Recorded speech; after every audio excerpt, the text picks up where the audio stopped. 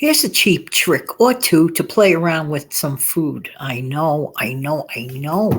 Listen, with the high cost of food these days, we have to find little ways that we can dart around and include some wonderful kitchen hacks. Let me tell you something.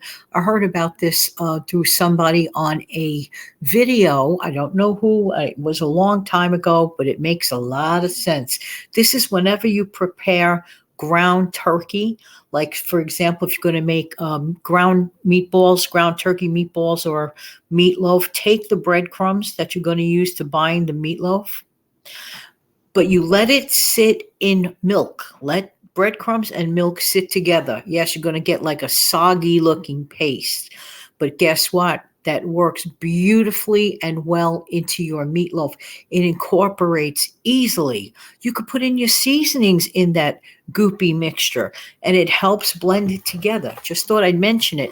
And while we're talking about ground turkey, here's another hack to give it more of a beef like flavor.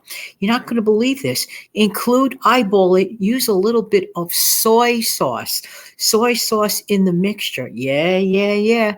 In your ground turkey mixture helps give it almost a beef like taste. And don't forget to use a little bit or to taste of your beef bouillon powder. If you have something that can incorporate the flavor of beef into the ground turkey, you're getting the cheapness of price of the ground turkey and a little bit of the beef taste. I'm telling you, you can work around it. Flavorings are so important. It is amazing. It is incredible. Then there are certain hacks at the grocery store that help save some money. For example, some people spend a whole lot of money on baby spinach when they could be spending a little bit less, maybe even a lot less on regular style spinach. Spinach is spinach. And to me, there is no big difference in flavor of baby spinach versus regular spinach. So if you could save a few dollars in that area, why not? I'm all for saving money. The other thing is if you find store brand canned pork and beans, if you try them and they're kind of like a little bland, that's an easy fix up. You could doctor it up yourself. One day I went so simple myself. All I did was I took some, believe it or not, this sounds crazy, but I took some pancake syrup, cinnamon, and a little bit of butter, and I combined it in my store canned beans. It was really good. You could add in your own hacks, like your own bacon bits too.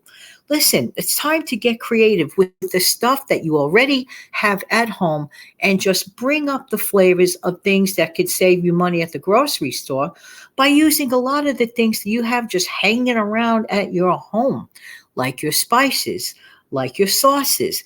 Get creative. Don't be afraid. What's the worst thing that could happen? But one thing I did learn, if you're going to make what I call poor man's lasagna or lazy man's lasagna, and that would be like baked ziti, don't use the shredded mozzarella for that.